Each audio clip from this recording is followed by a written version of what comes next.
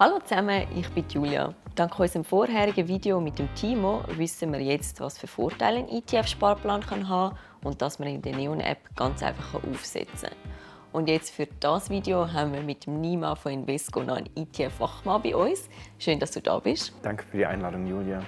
Nima, wie würdest du jemandem, der gar kein Vorwissen in Sachen Investieren hat, erklären, wie er oder sie den für sich passenden ETF findet? Gut, zunächst einmal ist wichtig, was ist dein Risikoprofil? Ja? Was für Risiken möchtest du eingehen? Und darauf basierend musst du dann den ETF auswählen. Es gibt globale ETFs, globale Aktien-ETFs, wo du über 4000 Unternehmen investieren kannst, breit diversifiziert. Das ist das eine. Das andere, was du machen kannst, ist, du wählst Sektoren-ETFs aus. Dediziert nutzt du eben den Sektor-ETF auf Technologie, Gesundheitswesen oder auch Finanzen beispielsweise. Jetzt nur reine Beispiele, wo du eben deine Ansicht über einen Sektor widerspiegeln kannst. Das andere sind regionale ETFs. Du kannst in den europäischen Aktienmarkt investieren, du kannst in den asiatischen Aktienmarkt investieren oder auch länderspezifisch. SMI, Schweizer Aktien, DAX, deutsche Aktien sind über ETFs breit diversifiziert möglich. Und zu guter Letzt gibt es auch die Möglichkeiten, thematisch in Megatrends zu investieren, sei es Blockchain, sei es Global Clean Energy, wo man eben auf Nachhaltigkeit setzen kann, oder auch über thematische ETFs im Bereich Artificial Intelligence. Und ganz zum Schluss gibt es auch die Möglichkeit, Strategien wie Dividendenstrategien abzubilden, Immobilien-ETFs abzubilden. Also wirklich relativ breit gefächert kann man mit ETFs jegliche Strategien etc. umsetzen. Also es gibt einfach ganz verschiedene Möglichkeiten, aber das gibt uns schon mal einen guten Überblick. Nehmen wir jetzt mal an, eine Person will bis zur Pensionierung investieren. Der Anlagehorizont ist also etwa 30 Jahre. Sie will natürlich gerne Rendite erzielen und auch gut diversifiziert investieren, um das Risiko bezüglich Wertschwankungen so tief wie möglich zu halten. Zusätzlich kennt die Person sich jetzt noch nicht so gut mit Anlageprodukten aus, weiss aber grob, was verschiedene Märkte und Branchen es eben gibt und will natürlich die Kosten so tief wie möglich halten. Wie würdest du jetzt dieser Person empfehlen, das Ganze anzugehen?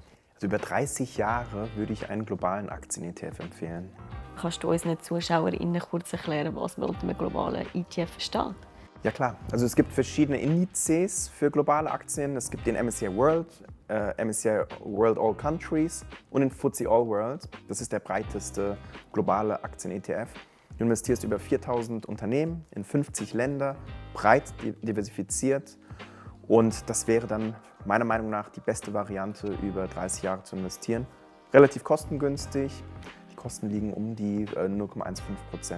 Du hast jetzt gerade verschiedene Indizes erwähnt. Wir sehen, es gibt auch da wieder viele verschiedene Produkte von vielen verschiedenen Anbietern.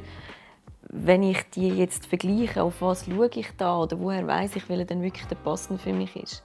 Gut, da gibt es diverse Vergleichsplattformen im Internet. Da kann man eben die ETFs vergleichen.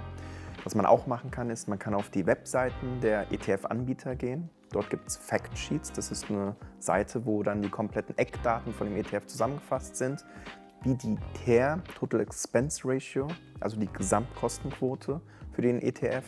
Und all die Informationen findet man da relativ schön und transparent. Sagen Sie dort auch etwas zum Risiko? Ja, also das Risiko oder die Risikoprofile werden dort auch angegeben. Und da kann jeder für sich dann auch entscheiden, ist das Risiko, was ich eben eingehen möchte über den Zeitraum, ja oder nein. Und das sieht man da relativ gut auf diesen Factsheets. Was die Kosten anbelangt, hast du vorher gerade schon TER erwähnt. Zusätzlich gibt es ja auch noch die Handelsgebühren. Die sind bei Neon Invest schon vergleichsweise tief. Und zusätzlich haben wir ja auch noch ausgewählte ETF, wo man über den Neon Sparplan kann ohne Handelsgebühren kaufen kann. Kannst du uns erklären, was es sonst noch für verschiedene Kostenpunkte gibt? Ja klar, es gibt nebst den Handelskosten noch die Depotkosten, die ja bei euch komplett wegfallen, und die Währungskosten, die ebenfalls bei Neon Invest komplett wegfallen. Von daher fährt man mit dem Neon Sparplan nicht nur doppelt besser, sondern dreifach.